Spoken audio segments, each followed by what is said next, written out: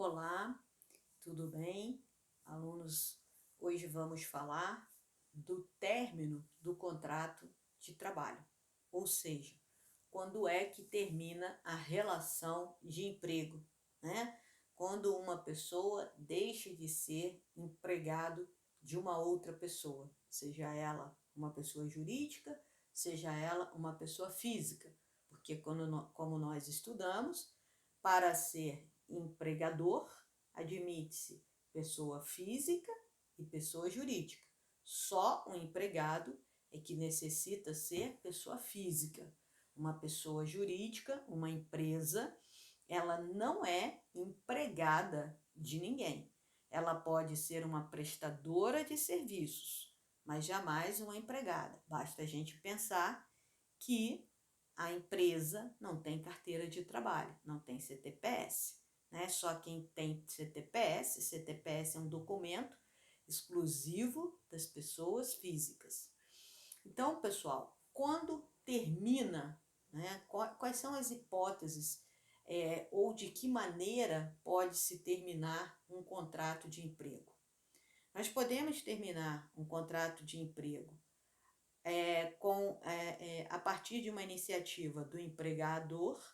Então, o patrão demite, e essa demissão ela pode ser sem justa causa. Então, o empregado não deu causa à sua demissão, foi uma escolha do empregador, né? E o empregador ele pode mandar embora a qualquer momento. Ele tem a liberalidade para mandar embora a qualquer momento e ele não precisa de motivos.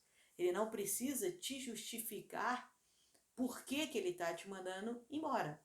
Isso faz parte do poder de direção que ele tem. Ele pode, para dirigir os negócios dele, dizer: olha, esse funcionário não me atende mais, não quero mais. Não precisa justificar. Daí, demissão sem justa causa, né? Não foi o empregado que deu causa àquela demissão, foi uma escolha do empregador. E nós temos a demissão por justa causa. E aí essa é a demissão mais séria, que é justamente quando há uma causa justa para que aquele empregado esteja sendo demitido. E essa causa justa, ou essa justa causa, é um comportamento do empregado que não é condizente com o que se espera. Por exemplo, um empregado que furta alguma coisa da empresa. Imagina um empregado que furta um notebook da empresa.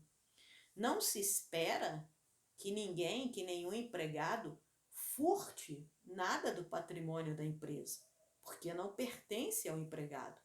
O empregado ele utiliza aquelas ferramentas para realizar o seu trabalho, mas aquelas ferramentas, aqueles maquinários, enfim, tudo pertence à empresa, de modo que não se espera que nenhum empregado furte para si ou para outrem, né, um equipamento, um utensílio, um objeto, seja lá o que for, de uma empresa. Se assim o fizer, ele, empregado, deu causa à sua demissão, porque agiu de maneira contrária ao que se espera, né, de uma relação de emprego. O empregado que chega e vai trabalhar embriagado, bêbado. Ora, não se espera que um empregado vá trabalhar bêbado, certo? Não se espera isso. Isso não é uma conduta permitida. Então, ele está dando causa, o empregado tem uma justa causa para demiti-lo. O empregado que falta, né, de maneira repetida, com frequência ao trabalho e não dá a menor satisfação. Não se espera isso. É óbvio que durante o seu tempo na empresa, você pode faltar, você vai ter que faltar, você vai querer faltar. Mas isso não pode ser uma prática costumeira. Toda semana você falta 2 dias ao trabalho e não justifica. não fala, não avisa. Ora, não se espera isso de um empregado. O que se espera é que a falta seja algo excepcional e que seja justificado, que seja previamente avisado sempre que possível. Do mesmo modo, um empregado que chega todos os dias atrasado.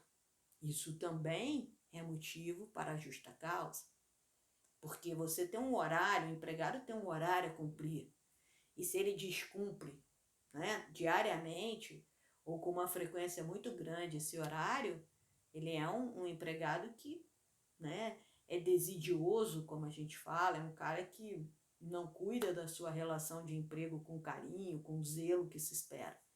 Então ele está dando causa para ser demitido. Outra coisa, você não trabalhar, entrar, ficar dormindo, não realizar suas tarefas. Ora, também não se espera isso. Se espera que você entre na empresa e que você realize as suas funções. Então, sempre que um empregado der causa à demissão, porque ele tem uma conduta que não se espera de um empregado, que não é uma conduta, vamos dizer, padrão de um empregado, no sentido de você cumprir com as suas funções, né, e ter um comportamento condizente, você será demitido por justa causa. E qual é a diferença de você ser demitido por justa causa de haver uma demissão sem justa causa? Olha, pessoal, além de, provavelmente, quando você for mandado embora por justa causa, aquele empregador que te demitiu por justa causa não dar boas referências de você para o mercado. Se alguém ligar, olha, fulano foi demitido por justa causa, né? Na sua carteira de trabalho não pode haver nenhuma anotação nesse sentido, tá certo? De que você tenha sido demitido por justa causa. No teu TRCT, no termo de rescisão de contrato, sim, vai estar lá que é demissão por justa causa, mas esse é um documento seu, pessoal, que você não tem que mostrar a ninguém. Então, o primeiro prejuízo seria você não poder pedir referências, né? Você está se candidatando a um novo emprego e você, o seu possível novo empregador fala, qual foi a última empresa que você trabalhou? Trabalhei na empresa Alfa. Vou ligar para saber como foi o seu comportamento. Provavelmente a empresa Alfa não vai dar boas referências de você. Esse é um prejuízo. E o segundo prejuízo diz respeito às verbas rescisórias, aquelas verbas devidas quando do término do contrato de trabalho. E aí qual é a diferença? É que quando você é demitido por justa causa, quando o empregado é demitido por justa causa, vejam, foi ele que deu causa àquela demissão com o seu comportamento incompatível com uma relação de emprego, com aquilo que se espera, né, do comportamento tanto do empregado quanto do empregador. Há comportamentos esperados, né, as condutas lícitas, as condutas honestas, né, tudo isso é esperado de uma relação de emprego. Então, quando o empregado ele frustra essas expectativas, quando ele age de maneira contrária, ele dá causa à sua demissão. E aí, a lei, de certa forma, penaliza esse empregado, reduzindo as suas verbas rescisórias. Então, quando você é demitido por justa causa, você terá direito a receber saldo de salário, né? Então, aqueles dias trabalhados que você ainda não recebeu. Você receberá 13º, ok? 13º proporcional e nada mais, ok? Há toda uma discussão sobre as férias proporcionais, se você teria ou não direito a receber, e na demissão por justa causa, você não recebe férias proporcionais, você só vai receber, no caso, as férias vencidas, se houver. Então, você não recebe multa sobre o FGTS, nada disso. É uma forma de penalizar. Agora, essa é a primeira maneira de terminar um contrato de trabalho, por decisão, por iniciativa do empregador. Também é importante a gente dizer que nem sempre a vontade do empregador vai prevalecer. Por quê? Porque existem determinadas condições que impedem o empregador de mandar embora. Embora ele queira, ele não pode. Exemplo, Rosalie, o empregado, quando está de férias, durante o gozo das férias, ele não pode ser mandado embora. Então, o empregador tem que esperar ele retornar para que ele possa ser mandado embora. Durante o período de greve, né, também não se pode ter demissão, apenas a demissão por justa causa. Durante o seu período de estabilidade, então, por exemplo, você sofreu um acidente de trabalho, não é qualquer acidente, um acidente de trabalho, e aí quando você retorna, você tem a estabilidade de 1 ano. A mesma coisa se você desenvolver uma doença funcional, né? Uma doença causada pela sua atividade, uma doença causada em razão do seu trabalho. Você sai para fazer o tratamento e quando você retorna, você também, da mesma forma que acontece com acidentes de trabalho, você terá 1 ano de estabilidade. A licença maternidade, durante esse período, a empresa não pode mandar a gestante embora. Aqueles que ocupam cargo de direção sindical e que têm estabilidade também não podem ser mandados embora. Então, também não é sempre que a vontade do empregador ela poderá prevalecer, ela irá prevalecer, a vontade de mandar embora. A lei protege a demissão sem justa causa em algumas situações, todas elas ligadas à estabilidade. Que a gente fala, durante esse período, o empregado tem estabilidade. Se tem estabilidade, não pode ser demitido, a menos que seja demitido por justa causa, tá? Bom, pessoal, a segunda maneira de se pôr fim a um contrato de trabalho é por iniciativa do empregado, quando o empregado pede demissão. Então, o empregado também, a qualquer momento, pode pedir demissão, até porque as relações de trabalho não são relações eternas, né? Já se passou muito, graças a Deus, da época da escravidão. Então, hoje, ninguém é obrigado a ficar trabalhando para ninguém pelo resto de suas vidas, assim como a empresa não é obrigada a manter um empregado, né? Então, o empregado, ele também pode pedir demissão. E ele também, né? Muita gente não sabe disso, mas ele também pode solicitar a rescisão indireta do seu contrato de trabalho. A rescisão indireta, pessoal, ela é uma justa causa às avessas. Como assim, Rosalie? É quando o seu empregador, o seu patrão, lhe dá motivos sérios para você pedir demissão, para você pedir que seu contrato de trabalho seja rescindido.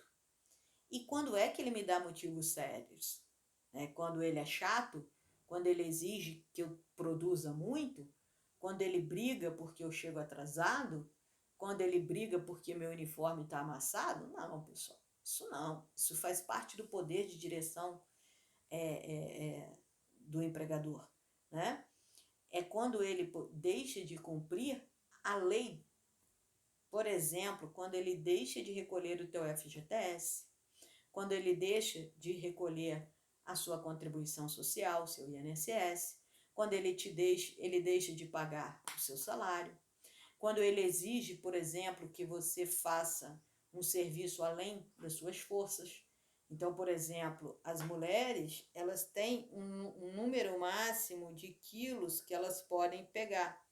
Quando o empregador, né, o patrão exige que ela pegue mais de 25 quilos, né, isso aí ele está exigindo uma força que a lei diz que é uma força incompatível com a natureza do corpo feminino. Então, ele está exigindo para além daquilo que a lei autoriza. Então, nessas hipóteses, é possível que o empregado peça a rescisão indireta do seu trabalho, do seu contrato de trabalho. E aí, quando fala-se em rescisão indireta, para fins de verbas rescisórias, é como se você tivesse sido mandado embora sem justa causa. Por isso que você vai pedir a rescisão indireta. E aí, veja, quando você pede demissão, sem que seja rescisão indireta, quais são as verbas rescisórias que você recebe? Você recebe, quando você pede demissão, saldo de salário, férias vencidas e proporcionais, 13º proporcional. Ponto. Você não recebe, não tem direito a dar entrada no seguro-desemprego, não tem direito a sacar seu FGTS e também não tem direito, consequentemente, à multa rescisória de 40% que incide sobre o saldo de FGTS lá no momento da demissão. Então, você perde a multa, você perde o direito de sacar o FGTS e você também perde o direito de dar entrada no seguro-desemprego. Por isso que quando o seu patrão ele não cumpre com o que a lei determina, deixando, por exemplo, de recolher o teu FGTS, de recolher o teu ISS, você deve solicitar a rescisão indireta. E geralmente você faz isso por meio da Justiça do Trabalho. E aí você vai apontar aquelas ilegalidades cometidas pelo seu empregador para que um juiz do trabalho conceda a você a rescisão indireta e aí você tenha direito de receber as verbas, tal como se estivesse sendo demitido sem justa causa, ok? Uma outra forma, pessoal, né, é quando você tem uma novidade trazida pela reforma trabalhista, a Lei 13.467 de 2017, que é agora a demissão consensuada. O que é a demissão consensuada, a demissão acordada? É aquela demissão em que empregado e empregador, juntos, de comum acordo, decidem por fim ao contrato de trabalho. Eles decidem por fim ao contrato de trabalho. E nesse caso, quais serão os reflexos, pessoal? Quais são os reflexos que nós teremos? Nós teremos, pessoal, o reflexo nas verbas rescisórias, tá? As verbas rescisórias, já que houve, né, um acordo entre as partes, por certo, pessoal, por certo que as verbas serão pagas de maneira diferenciada. Então, elas serão pagas pela metade. Então, o que é ser paga pela metade? Você, se tivesse sendo demitido sem justa causa, teria direito a receber uma verba no valor de R$1.000, por exemplo. Já que está sendo uma demissão consensuada, né, uma demissão em que você e o seu empregador chegaram à conclusão que seria a melhor maneira, em que você quer sair e ele também quer que você saia, então vocês chegam a um acordo, o aviso prévio vai ser devido pela metade se ele for indenizado. O que é o aviso indenizado? É aquele em que você é mandado embora e você não retorna nem para a empresa. O cara fala, vai embora e eu vou indenizar o teu aviso. Então ele vai te pagar os 30 dias que você teria que trabalhar do aviso prévio, ele vai te indenizar, você não vai trabalhar, mas vai receber. Então, na demissão consensuada, você recebe a metade, ok? Do aviso se for indenizado. Se trabalhar não, vai trabalhar normal. Você vai receber 20% da multa de FGTS e não os 40%. Ademais, você só saca 80% do seu fundo de garantia. E, para além disso, você não pode dar entrada no seu seguro-desemprego, ok?